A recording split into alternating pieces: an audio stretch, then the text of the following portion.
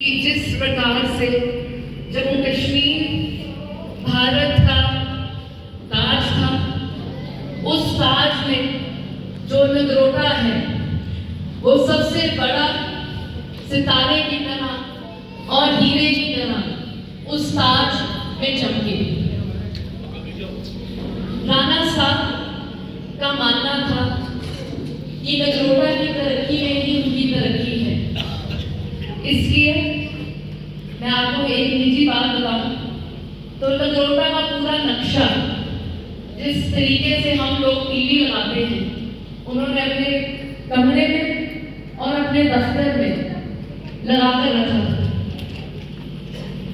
सुबह उठते ही और शाम सोते ही, सोने से पहले वो उस नक्शे को देखा करते थे और उनका ये मानना था कि नगरोटा के हर नुक्कड़ और हर कोने में जो तरक्की होनी चाहिए उसको कराना उनका कर्तव्य है। जो आप सब राणा साहब के साथ चलते थे तो आपने देखा होगा कि राणा साहब अपने जेब में हमेशा कागज लेकर चलते थे। कभी भी किसी को कोई भी दुविधा होती तो झट से वो कागज निकालते और खुद ही लिख लेते कि उनको क्या करने की जरूरत है।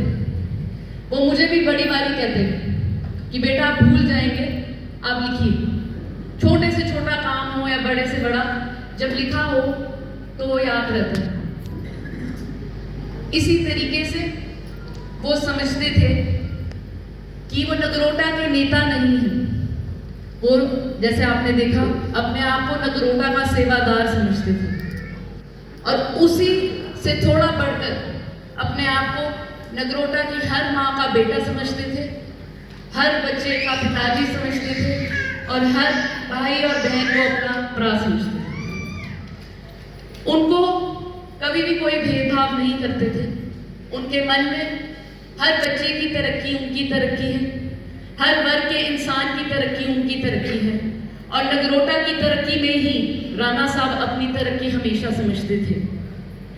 राणा साहब को 20 साल से हमने देखा है, वो आप सबके घरों को अपना घर समझते थे।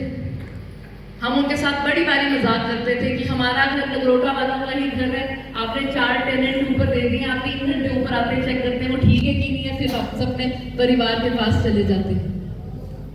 राणा साहब को ये लगता था कि हर नुक्कड़, हर कोना, हर कस्बा नगरोटा की तरक्की कराना उनकी जिम्मेदारी है और जो जो वादा वो आपको कर कर गए हैं उस पर खरे कैसे उतरना है वो हर दिन रात सोचते थे और उस पर अमल करते थे। मैं आपको ये भी बताना चाहूंगी कि अंतिम कुछ क्षणों में उन्होंने फिर वो कागज मंगवाया और फिर कहा कि आप बैठिए और लिखिए क्योंकि आप भूल जाएंगे। और उन्होंने कहा मेरे घर के दरवाजे कभी भी बंद होने नहीं चाहिए। तो हमने परिवार होने के नाते से कहा कि बाबा हम ये नहीं लिख सकते हैं, हम अभी जा ही तो रहे हैं, आप खुद बोलिएगा। कहते नहीं, लिखिए क्योंकि आप भूल जाएंगे और मैं ये नहीं चाहता हूं कि ये बात कोई भूले।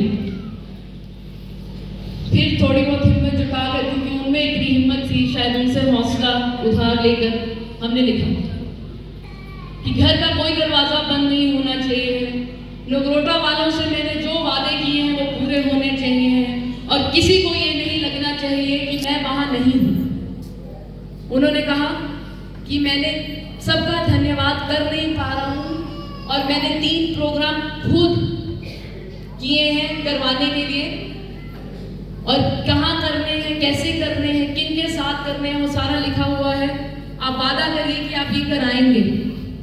हमने तब भी उनको कहा कि बाबा हम आपको बहुत प्यार करते हैं तो आप कुछ ज्यादा ही कभी कभी मांगते हैं। तो वो थोड़ा सा हंसे, कहते नहीं, मेरे पूरे परिवार को धन्यवाद करना मेरा कर्तव्य है और अगर इस कर्तव्य को मैं शायद नहीं निभा पाऊंगा तो मेरी तरफ से आप वादा करिए कि आप सब जाएंगे।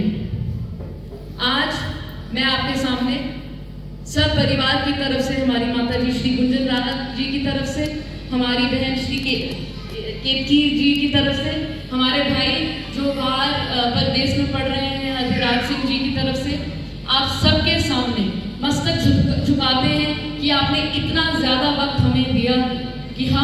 राणा साहब की कुछ आखिरी ख्वाहिशों पे खरे उतर सके और आप सबके सामने आज खड़े हो सके। धन्यवाद।